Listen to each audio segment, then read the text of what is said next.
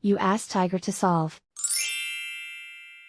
This deals with linear equations with one unknown.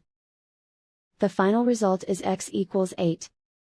Let's solve it step by step. Simplify the expression.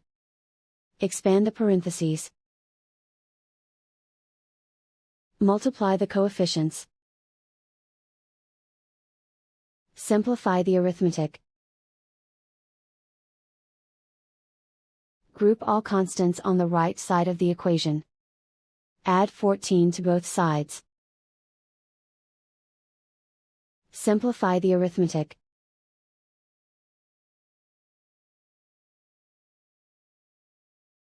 Isolate the c.